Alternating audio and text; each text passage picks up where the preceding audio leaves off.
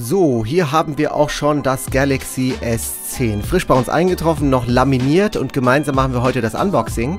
Und schauen wir uns erstmal die Verpackung an. Sieht normal aus, wie von Samsung eigentlich gewöhnt, sehr minimalistisch. Wir haben das Ganze in Prism Blue bestellt und das erste, was mir auffällt, ist, ich bekomme das Ganze nicht ab, also brauche ich ein Messer und mit diesem Messer werde ich jetzt hier mal einmal durchstechen, um das Ganze einmal aufzureißen. So, jetzt haben wir das kam weg. So, jetzt haben wir das auch. Jetzt haben wir das Ganze mal auf und gucken mal. Oha, hier muss ich noch einmal aufschneiden, sonst geht das Ganze wieder nicht auf. Also ganz wichtig, European SIM Card Only. Dann drehen wir das wieder um und versuchen es noch einmal und ja, dann geht es dann auch schon auf. Und wir sehen hier das Galaxy S10. Was ich super finde, ist, man kann das Galaxy S10 hier hochziehen und es dann auch schon direkt in die Hand nehmen. Das Blau sieht wirklich fantastisch aus. Ich halte es mal jetzt so ein bisschen gegen das Licht, damit ihr auch die Lichteffekte seht. Das ist wirklich klasse. Die Kameras sind hier nebendran angeordnet. Überall noch Schutzfolie drauf. Ich liebe das ja, wenn man die Schutzfolie abzieht.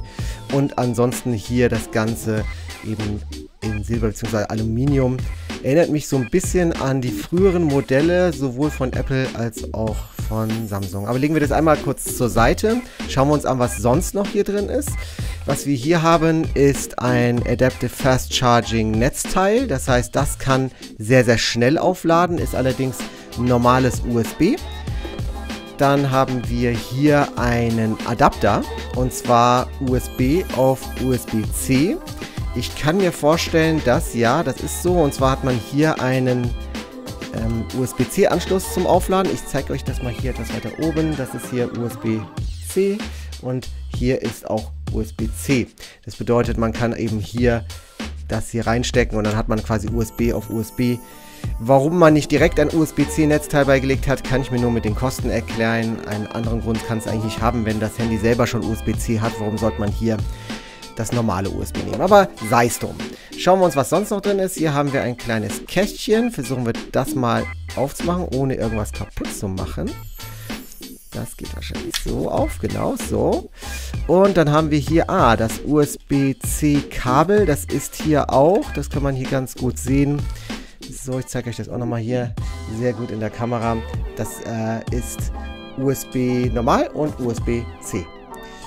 Das brauchen wir jetzt momentan nicht. Legen wir auch mal einmal zur Seite. Und dann haben wir hier noch die Kopfhörer. Ganz normale Kopfhörer. Die sind hier, haben hier ein bestimmtes, besonderes Material. Ich zeige euch das hier auch nochmal, damit ihr das besser sehen könnt. Und das sind normale In-Ear-Kopfhörer. Machen wir das hier auch mal auf. Und genau, das hier sind In-Ear-Kopfhörer von Samsung.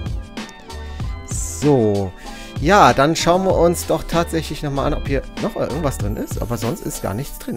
Aha, doch, hier oben ist was drin. Das hat sich hier versteckt, während ich das hochgezogen habe. Ich habe mich schon gewundert, warum hier kein Schuber drin ist.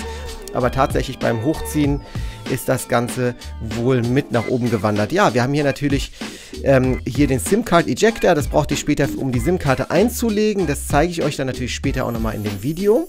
Und dann kann man das hier wahrscheinlich einfach hiermit einmal so aufmachen oder nicht. Gucken wir mal. Man will ja hier nichts einfach so kaputt machen. Aber ja, so geht das. Gut, schauen wir mal, was hier drin ist. Hier haben wir den Quick Start Guide, eine Kurzanleitung, Warranty Card, Regional Lock und so weiter und so fort. Genau, sind eigentlich Informationen, braucht man tatsächlich nicht, können wir direkt wieder wegpacken und wegschließen. Wie gesagt, das brauchen wir später. Legen wir das auch mal einmal zur Seite. Können wir eigentlich mal alles mal so machen. So, und dann schauen wir uns hier das Gerät selber mal an. Ich werde jetzt hier als erstes mal die Schutzfolie mal abziehen.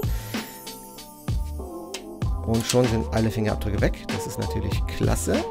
Und dann schauen wir uns das Ganze nochmal so ein bisschen von nahem an, dass ihr auch nochmal einen Eindruck bekommt, was für eine Farbe dieses Prism Blue hat. Das sieht wirklich wunderschön aus. Und auf der anderen Seite genauso.